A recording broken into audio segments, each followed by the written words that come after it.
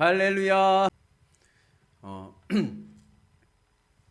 그 동안거라는 것이 있습니다. 들어보셨나요? 동안거는 우리가 좀 생소한데 불교, 특별히 선불교회에서 하는 행사입니다.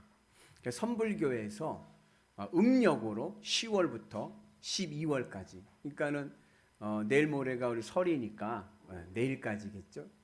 동안거라는 행사를 합니다. 수행을 하는 거예요. 동안거라는 게 뭐냐면은 이 3개월 동안 10월부터 음력으로 12월까지 이 3개월 동안은 외출을 자제하고 사찰 안에서 수행에 전진하는 그런 훈련입니다. 그래서 늘 가부좌를 틀고 그리고 수행하는데 심지어 어떻게까지 하느냐, 잘 때도 가부좌를 틀고 잡니다. 누워 자는 게 아니라 원래는 앉아서 자는 거예요. 그렇게 3개월을 수행을 하는 겁니다. 근데 지금은 그렇게 하지 않는다 그러더라고요. 지금은 이제 뭐 밤에 이제 자기도 하고 그러는데 동안거라는 그러한 이제 수행하는 그런 프로그램이 있는 거예요. 예전에 제가 TV에서 동안거라고 하는 제목의 방송을 본 적이 있습니다. 승려들이 이제 동안거를 하는데 그 동안거를 하는 그 가운데에서 이제 제가 인상 깊었던 것은 뭐냐?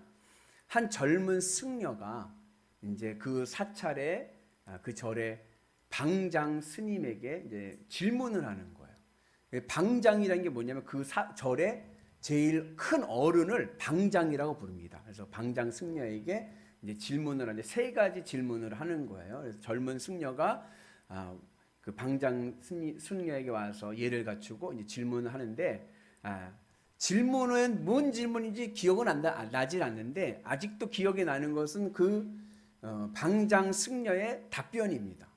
그러니까는 처음 와서 이제 젊은 승려가 이제 예를 갖추고 나서 첫 번째 질문을 합니다. 뭐라고 하면 장황장하게 막 설명하면서 이제 뭐 불교 용어니까 알아듣지도 못하죠. 뭐냐 뭐 하여튼 한참을 막 이제 설명을 하고 있는데 갑자기 방장 승려가 타이 그러는 거예요. 멈춰라 하는 거예요. 네 질문이 잘못됐다. 타이 이러더라고요. 그리고 이제 2번째 질문을 하는 거예요. 2번째 또 질문을 또 젊은 승려가 바라고 막 중얼중얼하고 또 막 장황하게 또 설명을 하면서 질문을 하는 거예요. 가만히 질문을 다 듣던 이 방장 승려가 대뜸 하는 말이 자네 점심 먹고 산책했나? 이거예요. 승려는 지금 막 젊은 승려는 막 심각하게 물어보는데 대뜸 자네 점심 먹고 산책했나? 그러니까는 젊은 승려가 예, 산책하고 차까지 마시고 왔습니다. 그러는 거예요. 그게 끝이에요. 그리고 3번째 질문을 또 합니다. 3번째 질문을 또 막 이렇게 장황하게 하고 난 다음에 방장 승려의 답변은 자기가 들고 있던 지팡이로 땅을 3번 치는 거예요. 그게 끝이에요. 그리고 젊은 승려는 뭔가를 깨달았다는 듯이 예를 갖추고 인사하고 나오는 거예요. 그래서 그것을 이렇게 볼 때에 젊은 승려가 한 말은 저 기억이 하나도 안 나요. 그런데 그 방장 승려가 했던 답변은 몇 년이 지났는데 제 머릿속에 아직도 있는 거예요. 뜬금없이 자네 점심 먹고 산책했나? 엉뚱한 그 지팡이로 3번 두둥기는. 이런 게 뭐냐? 이런 게 상징 행동입니다. 상징 행동. 그러니까는 말로 이렇게 언어로 우리가 설명하는 것도 좋지만 때로는 이러한 상징적인 행동이 더 인상적이고 더 마음에 각인을 시키고 그리고 가르침, 깨달음을 줄 때가 있습니다. 우리도 이러한 상징 행동을 하죠. 그래서 우리의 마음을 표현하기도 합니다. 가장 쉬운 예가 장미꽃을 들 수가 있어요. 장미꽃의 꽃말이 뭔지 아시나요? 우리 문혜영 집사님. 그때 색깔만 달라요. 제가 알고 있는 장미꽃은 빨간 장미꽃은 사랑을 이제 뜻하죠.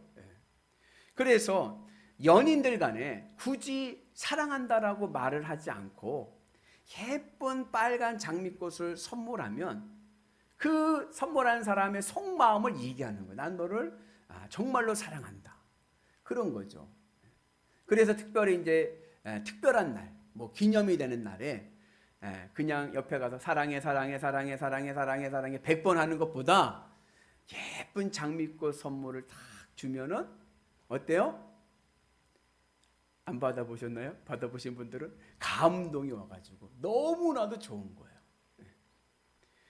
그래서 이러한 상징 행동이 더 큰 의미와 효과를 줄 때가 있습니다. 제가 지난번에 에스겔서 설교할 때도 말씀드렸듯이 그 92년도 14대 대통령 선거에서 그때 민주자유당 총재였던 김영삼 후보가 대선에 나왔을 때 이분이 자신의 트레이드 마크인 손가락 영상 이것을 포기하고, 그리고 이분이 기호가 몇 번이었냐면 1번이었어요. 기호가 1번인 것도 포기하고 어떻게 유세를 했냐면은 V로 유세를 V로. V가 몇 개입니까? 오른손에 하나, 왼손에 하나, 두 팔이 하나. V가 3개인 거예요. V가 뜻하는 게 뭐죠? 승리. 나는 승리하리라. 이 승리에 대한, 필승에 대한 이 강한 의지가 유권자들에게 어필을 했다. 그렇게 이야기하기도 합니다.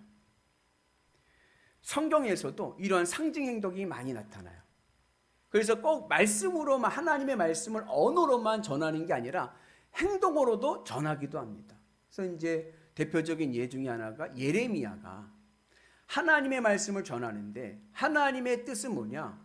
이스라엘 백성들이 바벨론에 항복하고 그리고 거기에 포로가 되는 거예요. 하나님께서 바벨론을 들어서 이스라엘을 심판하실 것입니다. 이 심판에서 그나마 우리가 덜 충격을 받기 위해서는 바벨론에게 항복을 해야 돼요. 근데 아무리 이야기를 해도 아무도 듣지를 않는 거예요. 그래서 예레미야가 한 것이 뭡니까? 소가 매는 멍에를 어깨에다 메고 그리고 예루살렘 광장을 돌아다니는 거예요. 그랬더니 사람들이 어떻게 돼요? 깜짝 놀라는 거예요. 저건 또 뭐냐? 그래가지고 사람들이 주목하게 되고 예레미야의 메시지에 정확히 받아들이고 그걸 심각하게 보게 되죠. 그래서 여러분들 지금 우리는 이제 성의를 입지 않지만 목사님들 성의를 입으면 스토리라고 하지 않습니까? 그 스토리 멍해인 거예요. 하나님의 멍해. 그것을 상징합니다. 또 에스겔서 우리가 봤을 때처럼 에스겔이 하나님의 말씀을 전할 때 언어로 하지 않고 행동으로 합니다. 그 에스겔서를 가만히 읽어보면요, 다른 예언자들과 다른 점이 말씀을 이렇게 선포하는 건 많지가 않아요. 그러니까 자기가 경험하고 자기가 본 것을 행동으로 이야기할 때가 많습니다. 그 얘가 뭐예요? 똥으로 떡을 구워 먹어. 야, 이건 잊어버릴 수가 없어. 그죠? 예. 그리고 온몸을 묶어가지고 40일 동안 오른쪽으로 누워있고 390일 동안 왼쪽으로 누워있어. 이거를 보면요, 사람들이 잊어버릴 수가 없는 거예요. 설교 말씀 드리면 은혜가 되죠. 근데 희한한 거는 말씀을 듣고 성전 문 앞을 나가면은, 현관 문 앞을 나가면은 잊어버릴 때가 많아. 근데 이런 행동을 시각으로 보게 되면 잊어버릴 수가 없는 거예요. 늘 기억이 되게 되어 있습니다. 그래서 이 상징 행동이라는 것이 굉장히 언어보다 더 효과적일 때가 많습니다. 오늘 예수님께서도, 오늘 말씀은 마가복음 11장 12절부터 24절까지의 말씀인데, 예수님께서 오늘 이 성전, 예루살렘 성전에 들어가시는 그 모습 속에서 예수님께서 상징 행동을 통해서 예수님께서 말씀을 하시는 거예요. 행동을 통해서 하나님의 말씀을 선포하십니다. 그런데 이 상징 행동을 우리가 올바로 이해하기 위해서는 그 의미를 알아야 돼요. 예를 들어 빨간 장미꽃을 줄 때 이 장미꽃의 의미가 사랑이라는 것을 알 때 그 받는 사람이 더 뭐예요? 주는 사람의 마음을 알듯이, 만약에 장미꽃이 사랑이라는 것을 모르면 그냥 꽃이 이쁘다, 이쁘니까 주나 보다 이렇게 생각하지만 그 꽃말을 알면 이 사람이 날 사랑하는구나, 이걸 알게 되는 거죠. 부의를 할 때 이 부의가 승리라는 것을 상징한다는 것을 알면 이 사람은 승리의 의지가 있구나, 하지만 그걸 모르고 부의하고 다니면 뭐예요? 저 가위바위보 하자는 건가? 뭐 이렇게 생각할 수도 있는 거죠. 그래서 상징에 대해서는 의미를 우리가 잘 알아야 됩니다. 오늘 예수님께서는 우리에게 상징을 통해서, 상징 행동을 통해서 우리에게 하나님의 말씀을 전해주고 있는 거예요. 특별히 오늘 이 예수님의 행동은요, 상식에는 조금 벗어나요. 우리 깜짝 놀랄 그런 일들이 있습니다. 오늘 사건의 발달은 예수님의 시장기에서 시작됩니다. 예수님이 아침에 일어나셨는데 배가 고프셨어요. 배가 고프셔서 딱 보니까 그 앞에 무화과 나무가 하나 있는데 잎이 무성한 무화과 나무가 있습니다.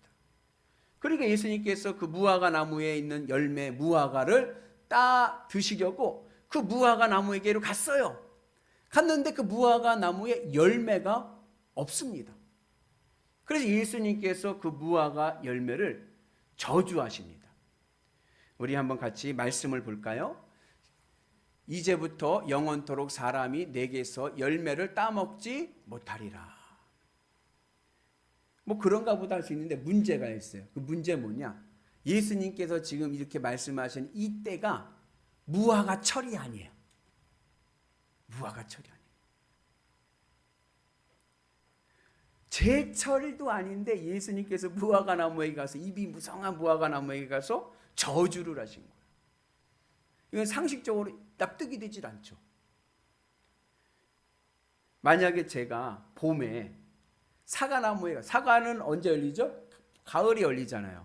근데 봄에 갔더니 사과나무에 잎이 막 낳고 돋기 시작해서 파랗게 잎이 막 돋고 있는데 거기에다 가서 이 빌어먹을 이 사과나무야 열매가 없구나, 사과가 없잖아, 말라 비틀어 죽어라 막 그러면 여러분들 절 보고 어떻게 생각하시겠어요?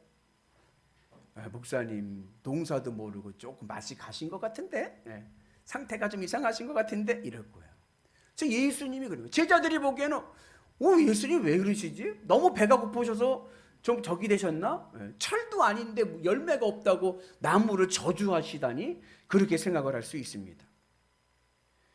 그런데 예수님께서 그렇게 무화과 나무를 저주를 하신 거예요. 이건 상징적인 겁니다.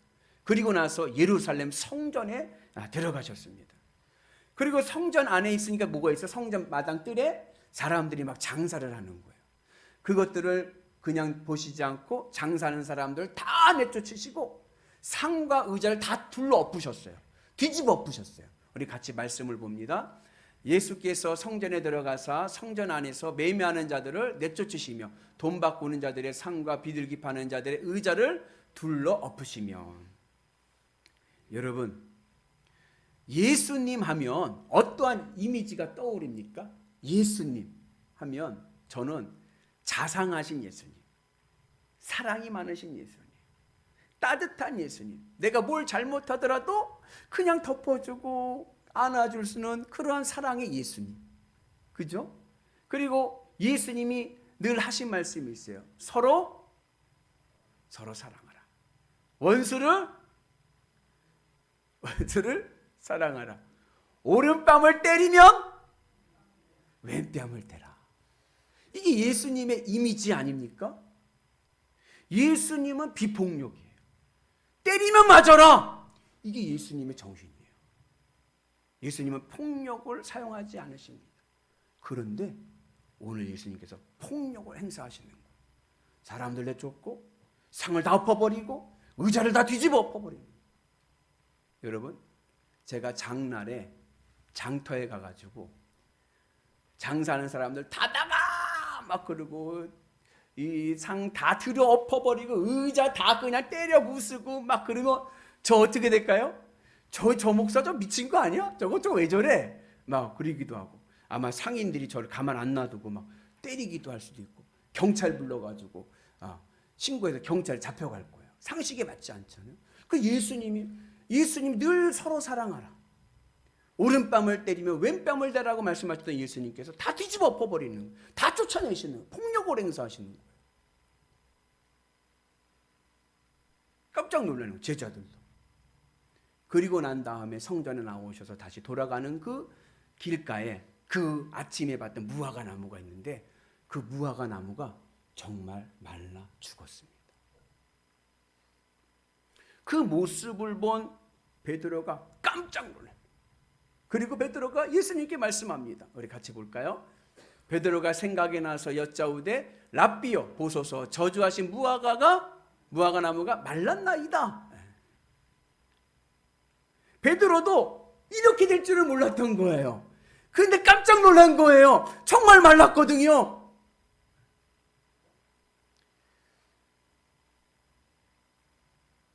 여러분, 이렇게 베드로가 깜짝 놀라서 예수님 앞에, 예수님 정말 무화과 나무가 말랐네요, 이렇게 말했어요. 그러면 예수님의 대답은 어떻게 나올까요? 여러분 생각해 보세요. 예수님께서 뭐라고 대답하셨을까요? 아마 저 같으면, 내가 아까 말했잖아, 내 무화과 말한 나무 저주한 거 못 봤니? 그 말했는데 뭘 그걸 또 물어보냐? 야, 꾸중했을 것 같아요. 근데 예수님은 베드로의 물음에 꾸중하지 않으시고 동문서답하듯이 말씀하십니다. 같이 읽어볼까요? 예수께서 그들에게 대답하여 이르시되 하나님을 믿으라. 베드로는 무화과 나무가 죽었다는 사실을 얘기하는데 예수님은 뜬금없이 하나님을 믿어라 이렇게 얘기하는 거예요. 제가 예전에 TV에서 방영한 만화 중에 재밌게 본 것 중에 나라라 슈퍼보드라는 프로가 있었어요. 보신 분 계시죠? 거기는 무슨 내용이냐, 손오공 이야기입니다. 근데 거기에 재미난 캐릭터가 하나 있어요. 그게 누구냐면은 사오정입니다. 사오정이 말귀를 잘 못 알아들어요. 그래가지고 이 사오정 시리즈라는 유머까지 생겼어요. 말귀를 못 알아들어. 얘기하면 그걸 못 알아듣고 엉뚱한 얘기를 하니까. 그래서 시리즈 하나 소개하면 이런 거죠. 이제 저팔계가 아침에 사오정한테 이야기를 합니다. 오정아, 나 답사 갔다 올게. 그리고서는 나갔어요. 그리고 난 다음에 이제 점심때가 돼서 손오공이 밥을 차리려고 하는데 사오정이 얘기합니다. 오공아, 밥 차리지 마. 팔개가 닭 사온다고 그랬어. 썰렁한가요? 닭 사온다는 것을 닭 사러 온다고. 그런 식으로 동문서답하듯이 베드로는 지금 무화과 나무가 말랐습니다, 이 사실을 얘기하는데 예수님은 뜬금없이 하나님을 믿어라, 믿음에 대해서 말씀하고 있습니다. 오늘 예수님의 이러한 말씀과 행동은요, 우리의 상식을 좀 벗어나 있어요. 제철이 아닌 무화과 나무에게 열매를 맺지 않는다고 저주하십니다. 미움, 다툼, 시기, 질투 버리고 서로 사랑하라라고 말씀하셨던 예수님께서 폭력을 행사하십니다. 그것도 어디서요? 성전에서. 왜 그러셨을까? 여기에는 예수님의 의도가 있습니다. 예수님께서 천국 복음의 말씀을 유대인들과 제자들에게 말씀으로 전하는데 아무도 반응이 없어. 깨닫지를 못해. 그래서 예수님께서 오늘 극단적인 처방으로 말씀이 아니라 행동으로, 상징 행동으로 천국 복음의 메시지를 우리에게 전해주시고 우리의 마음에 각인시키고 계십니다. 먼저 오늘 말씀 우리가 좀 이해하려면 예수님의 이동 장소를 봐야 돼요. 처음에 어디 있었어요? 무화과 나무에 있었어요. 그리고 어디로 가셨어요? 예루살렘 성전으로 가셨어요. 그리고 다시 어디로 오셨어요? 무화과 나무 그 자리로 오셨어요. 이것은 그냥 단순한 이동이 아니라 예수님의 의도가 있는 거예요. 이것을 수사학적으로 뭐라 그러냐면은 인클루지오라고 하는데 쉽게 말하면 샌드위치 구조인 거예요. 여러분 샌드위치 좋아하시나요? 샌드위치는 어떻게 되어 있어요? 빵 위에 햄 위에 빵인 거예요. 빵이 중요할까요? 햄이 중요할까요? 뭐가 중요할까요? 햄이 더 중요합니다. 그래서 무화과 나무는 빵인 거예요. 빵, 햄, 빵. 무화과 나무, 성전, 무화과 나무. 그러면서 이 햄, 예수님께서 행하신 예루살렘 성전에서의 정화 사건을 의미를 명확히 하시기 위해서 무화과에서의 상징 행동을 행하신 것입니다. 여러분 성전이 뭐 하는 곳입니까? 성전이 뭐 하는 곳이에요? 오늘 예수님의 말씀에 의하면 성전은 만민이 기도하는 집입니다. 그런데 그 당시 지배 종교였던 유대교는 성전, 거룩한 하나님의 집을 어떻게 만들었느냐? 장사꾼의 소굴로 만들었어요. 그래서 자신들의 뱃속을 채우는 도구로 만든 거예요. 교회가 뱃속을 채우는 도구가 된 거예요. 어떻게 그렇게 됐느냐?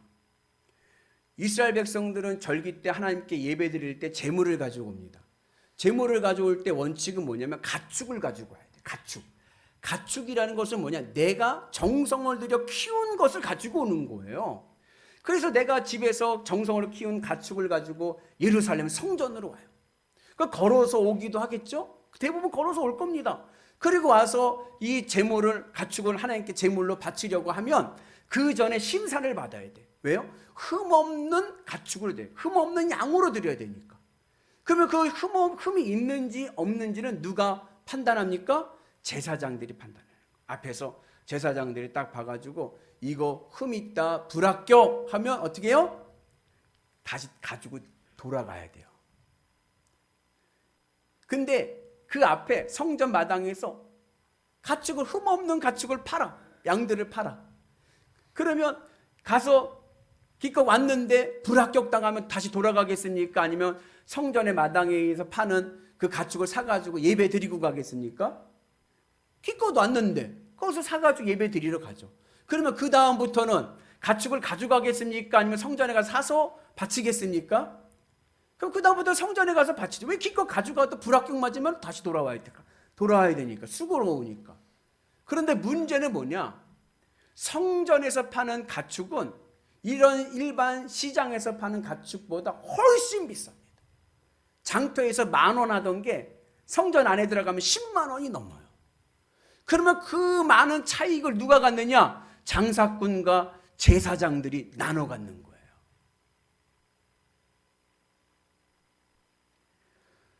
그래서 예수님 시대 때 성전이 본질을 잃어버린 거예요. 성전은 하나님께 기도하는 집인데 성전이 돈 버는 자리가 되어버린 거예요. 장사꾼의 소굴이 되었습니다. 이러한 유대교의 만행을 지적하기 위해서 오늘 예수님께서 상징 행동을 보여주시는 것입니다. 그래서 예수님께서 성전에 들어가시기 전에 있던 무화과나무, 잎만 무성한 무화과나무는 무엇을 상징하느냐 하면 바로 유대교를 상징하는 거예요. 열매는 없고 잎만 무성한 무화과나무. 하나님의 열매는 맺지 못하고 머리만 큰 유대교. 행함은 없고 말만 앞세우는 머리만 큰 신앙인.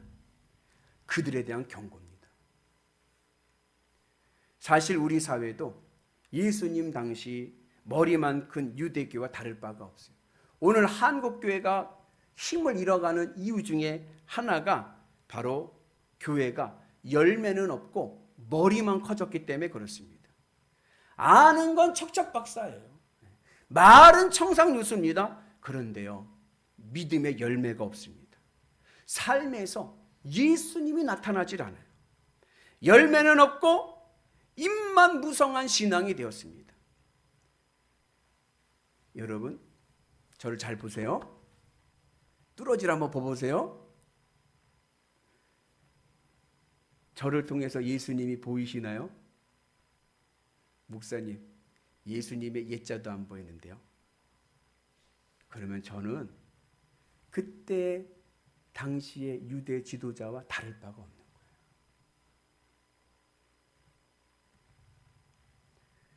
거예요. 열매는 없고 머리만 커. 우리 목사님 척척 박사지. 우리 목사님 말은 또 엄청 잘하지. 말만.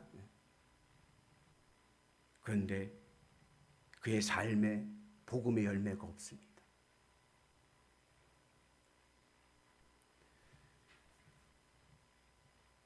머리만 큰 신앙은 어떻게 되느냐? 결국 말라 비틀어 죽습니다. 아무 의미 없는. 그래서 오늘 베드로의 질문에 예수님 깜짝 놀란 거죠. 정말 무화과가 죽었는데요? 그때 예수님께 하신 말씀이 뭐예요? 하나님을 믿어라. 믿음을 말씀하는 거예요. 왜요? 믿음이 우리에게 생명력이고 하나님의 구원과 능력이기 때문에 그렇습니다. 그러므로 여러분, 오늘 우리는 머리만 큰 신앙인이 아니라 믿음의 열매를 맺는 예수님의 제자들 되는 은혜가 있기를 주님의 이름으로 축복합니다. 머리가 큰 신앙이라는 것은 뭐냐? 옳고 그름을 내가 판단하는, 누가 옳고 누가 옳으냐 그러냐 그걸 내가 판단하는 거예요. 옳고 그름을 판단하는 것은 사실은 뭐예요? 아담 이후 선악과의 결과물입니다. 저주의 결과물인 거예요. 오늘 우리는 머리만 커서 선악을 분별하려고 하지 마시고 선악과 나무를 버리고 생명나무 붙잡는 은혜가 있기를 축복합니다. 예수님 십자가 나무 붙잡아서 이제는 내가 판단하고 내가 생각하는 그런 머리만 큰 신앙인이 아니라 말씀 맹매에 순종하며 믿음의 길을 가는 위대한 성도들 되시기를 주님의 이름으로 축복합니다. 그래서 말이 아니라 말만 그냥 이렇게 하지 마시고 삶에서 예수님이 보여야 돼요. 아멘이십니까? 우리 옆분한테 한번 격려하겠습니다. 집사님에게서 해보세요. 집사님에게서 예수님이 보입니다. 아멘. 그래서 그래야지. 목사님 예수님 예자도 안 보이는데요? 그러면은 아무 의미가 없는 거예요. 말라 비틀어진 신앙밖에 되지 않습니다. 우리의 삶 속에서 예수님이 보이는 은혜가 있기를 주의 이름으로 축복합니다. 믿음이 뭡니까? 믿음이라는 것은 내 마음을 바치는 거예요. 내 마음을 바치는 대상이 내가 믿는 것입니다. 나는 돈만 있으면 더 바랄 것이 없다. 내 마음을 돈에다 바쳤습니다. 그러면 그는 돈을 믿는 거예요. 나는 자식만 잘 되면 더 바랄 것이 없다. 그는 마음을 자식에게 바친 자식을 믿는 겁니다. 나는 오늘 무엇을 믿고 있는가? 난 누구를 믿고 있는가? 오늘 우리는 예수님을 믿어야 됩니다. 내 마음을 예수님께 맞춰서 난 예수님만 있으면 더 바랄 것이 없다. 난 예수님만 있으면 기쁘고 행복하다. 예수님만 있으면 이 세상 어떠한 형편에서도 나는 잘 살 수 있다. 그 믿음으로 살아가는 은혜가 있기를 축복합니다. 그렇게 예수님을 믿을 때 우리의 삶에 믿음의 열매가 맺혀질 줄로 믿습니다. 그럼 예수님이 말씀하시는 믿음의 열매가 무엇이냐? 그것이 바로 사랑입니다. 미움, 다툼, 시기, 질투 버리고 서로 사랑해. 우리가 어떻게 사랑할 수 있습니까? 내가 예수님으로 만족할 때 사랑할 수가 있는 거예요. 왜냐하면 내 마음이 세상 것으로 있으면 시기, 질투가 나와요. 심리학자가 얘기하는데 제가 예를 들어서 제가 A라는 집사님을 막 칭찬을 해요. 그러다가 B라는 집사님이 왔어요. 그리고 제가 또 B라는 집사님을 칭찬을 해요. 그러면 A라는 집사님의 마음이 어떤지 아세요? 기쁘지가 않아요. 왜요? 칭찬을 나만 받아야 되는데 B 집사도 칭찬받으니까. 그 왜 그럴까요? 그것은 내가 믿음이 예수님 앞에 받쳐지지 않았기 때문에. 내 마음이 예수님을 채우면 나를 칭찬하시든 B를 칭찬하시든 상관없어. 그냥 감사한 거예요. 그 은혜가 오늘 우리 가운데 있기를 주님의 이름으로 축복합니다. 그래서 믿음만 있으면, 내가 예수님을 사랑하면 우리는 서로 사랑할 수 있습니다. 우리 같이 주일학교 때 배웠던 찬양 같이 한번 불러볼까요? 아름다운 마음들이 모여서.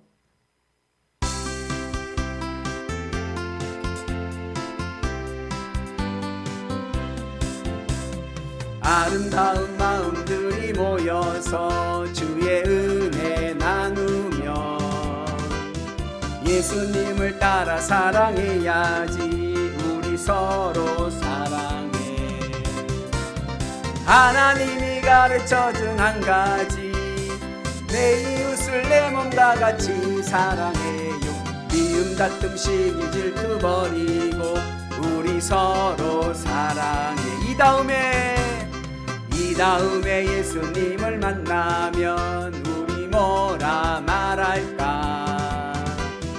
그때에는 부끄러움 없어야지. 우리 서로 사랑해.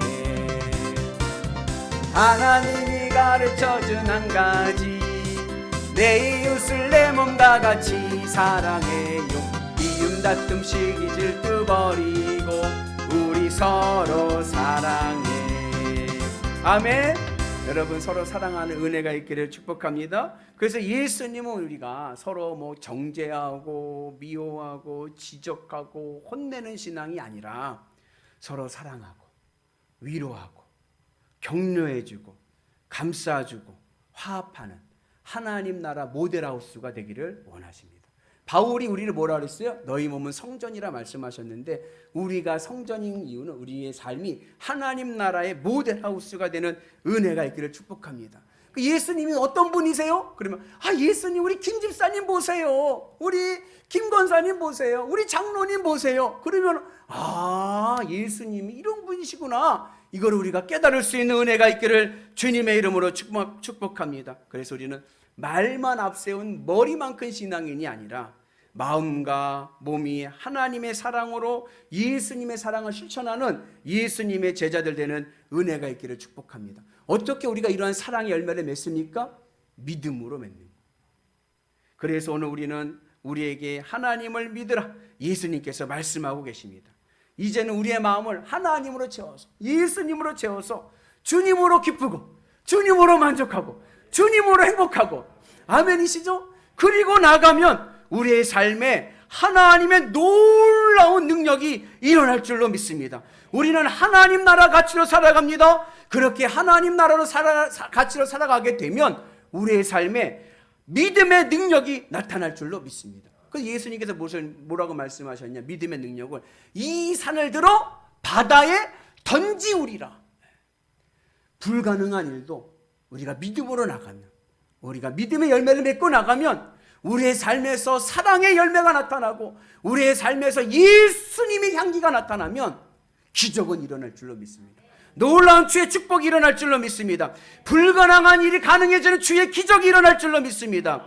예수님을 믿으라, 하나님을 믿으라. 입만 무성한 나무가 되지 말고 주님의 열매를 맺는 하나님의 나무 되시기를 주님의 이름으로 축복합니다. 우리의 삶에서 예수님이 나타나야 됩니다. 그러면 내 인생에도 기적이 일어납니다.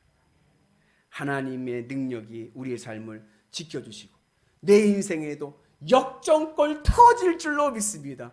아멘. 우리 예전에 같이 한번 했는데 우리 같이 한번 따라서 해볼까? 오른손 들고 제가 슛 하면 여러분들은 골인, 내 인생에 역전골 하시는 거예요. 아시죠? 오른손 들고 한번 크게 한번 해보겠습니다. 슛! 내 인생에 역전골! 할렐루야! 아멘. 여러분, 이 시대, 마지막 이 시대에 우리는 믿음을 회복해야 됩니다. 예수 생명, 예수 기쁨 영일교회. 예수 생명이라는 것은 내 생명의 이유가 예수님이 되는 것입니다. 내가 살아가는 이유, 내가 오늘도 호흡하는 이유가 예수님이 되어야 됩니다. 예수 기쁨, 내 삶의 기쁨의 이유는 예수님입니다. 예수님 때문에 나는 오늘도 기쁘고 예수님 때문에 나는 오늘도 살아가는 것입니다. 그러한 믿음으로 나가면 내 인생에 역전골 터질 줄로 믿습니다. 주의 놀라운 역사가 일어날 줄로 믿습니다. 그래서 여러분, 주님의 은혜 안에서 주의 열매를 맺는 복된 성도 되시기를 주의 이름으로 축복합니다. 내일부터 설 연휴가 시작됩니다. 우리나라 최고의 명절 설입니다. 설날 가족들이 모이지 않습니까? 물론 코로나 때문에 많이 모이지 못하지만 가족들이 모일 때 여러분, 가족들을 만나서 사랑으로 대할 수 있는 은혜가 있기를 축복합니다. 동서가 왔는데 동서가 나보다 부자라고 시기 질투하지 마시고 사랑으로 감싸주시고 축복하시고, 아멘이시죠? 부자의 기준이 뭐라고 그랬어요? 동서보다 많으면 부자다. 여러분, 서로 사랑하시고 가족 간에 주의 사랑을 나누시고 축복해 주시고 또 복음 전하셔서 그들에게 복음의 씨앗이 심겨지는 은혜가 있기를 주님의 이름으로 축복합니다. 여러분, 신앙은요 머리로 하는 거 아니에요. 신앙은요 가슴으로 하는 겁니다. 손과 발로 하는 겁니다. 믿음으로 하는 겁니다. 오늘 우리가 믿음으로 주님 앞에 나아가고 믿음의 열매, 사랑의 열매를 맺게 되면 내 삶에도 주님의 놀라운 기적의 능력이 나타날 줄로 믿습니다. 내 인생도 역전골의 은혜가 있을 줄로 믿습니다. 그 은혜로 날마다 승리하시기를 주님의 이름으로 축복합니다. 기도하겠습니다. 은혜로우신 하나님 아버지, 감사합니다. 하나님의 은혜로 승리하게 해주셔서 날마다 주의 복음을 가지고 나가는 위대한 성도들 되게 하여 주옵소서. 예수님의 이름으로 기도합니다.